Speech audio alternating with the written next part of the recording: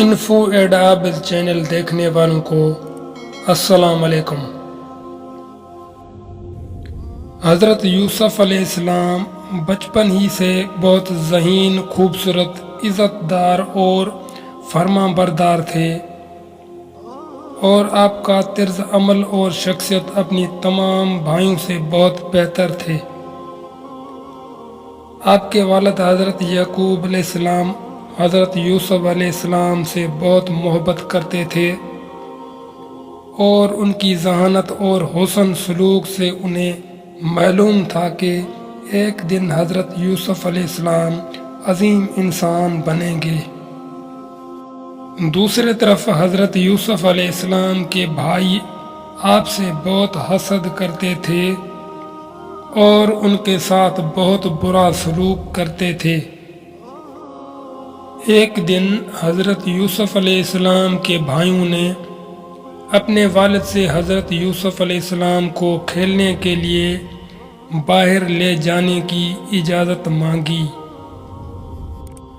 جب وہ صحرا میں پہنچے تو انہوں نے حضرت یوسف علیہ السلام کو کنویں میں پھینک دیا۔ انہوں نے اسے وہاں ایک اچھے اور مہربان شخص کے لیے چھوڑ دیا جو اسے ڈھونڈ کر باہر لے جانے کے لیے پانی کی تلاش میں آئے گا۔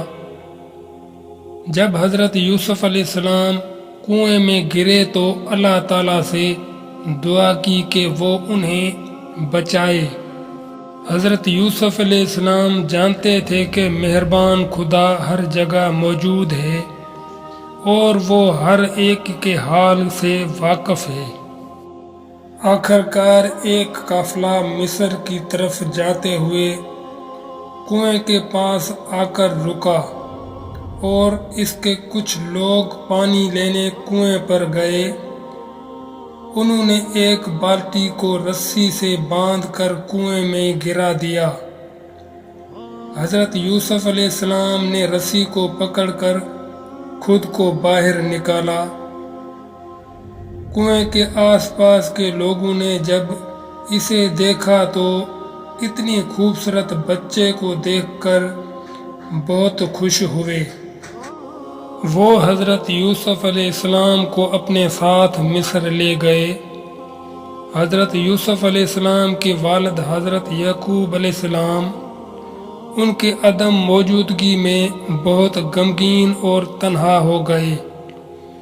حضرت یوسف علیہ السلام نے ہمیشہ خدا سے دعا مانگی کہ یوسف جہاں بھی ہوں ان کی حفاظت فرمائے۔ مصر کے عام لوگوں میں سے ایک شخص حضرت یوسف علیہ السلام کو اپنے گھر لے گیا اور اپنی بیوی سے کہا کہ وہ ان کا اچھا خیال رکھیں۔ آہستہ آہستہ حضرت یوسف علیہ السلام بڑے ہوتے گئے، جب اسے ایک صاف ستھرے، مہربان اور ایماندار انسان کے طور پر جانتے تھے۔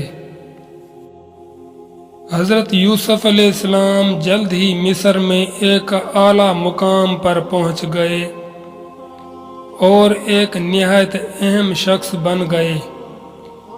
تھوڑے ہی عرصے کے بعد مصر میں قحط خوراک کی کمی آ گئی۔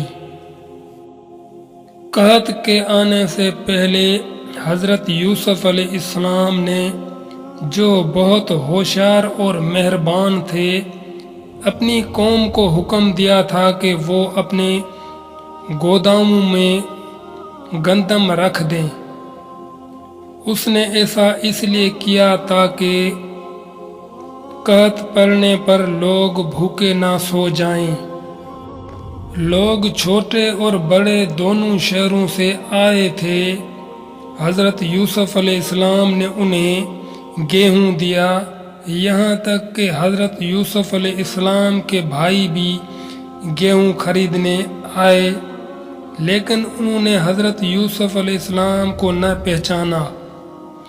وہ نہیں جانتے تھے کہ وہ کون ہے۔ جب وہ حضرت یوسف علیہ السلام کے پاس آئے تو آپ نے حکم دیا کہ انہیں کچھ گیہوں دیا جائے۔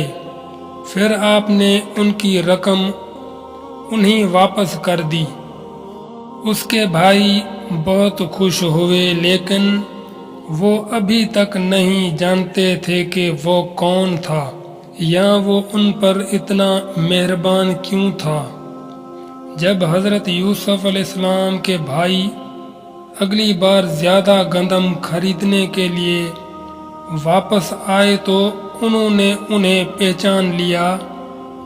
ان کا خیال تھا کہ حضرت یوسف علیہ السلام انہیں سزا دیں گے، لیکن حضرت یوسف علیہ السلام نے اپنے بھائیوں کو معاف کر دیا۔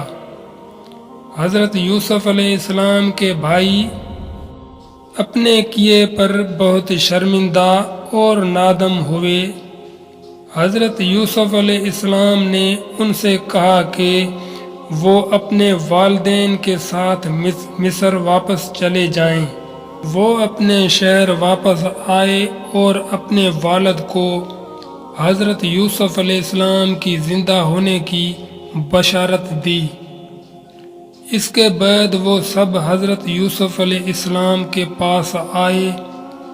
اس نے ان سب پر بہت مہربانی کی،